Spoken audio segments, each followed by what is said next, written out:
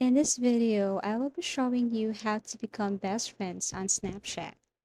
First, you need to log into your Snapchat account and then go to this human icon here.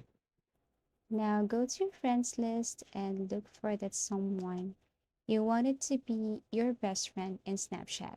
Let's just say I want Shadow to be my best friend, so I have to tap her name. And then one of the ways on how to make someone your best friend on Snapchat is to frequently send a photo or anything to that friend. So the more snaps you send to that friend, the sooner the person will be or will end up on your best friends list. So I want Shadow to be my best friend. So I have to as many as I can, and always remember that best friends list remains private to the user. So that's it. In order for that person to be your best friend on Snapchat, just send snaps consistently, emojis, photos, videos, everything is up to you.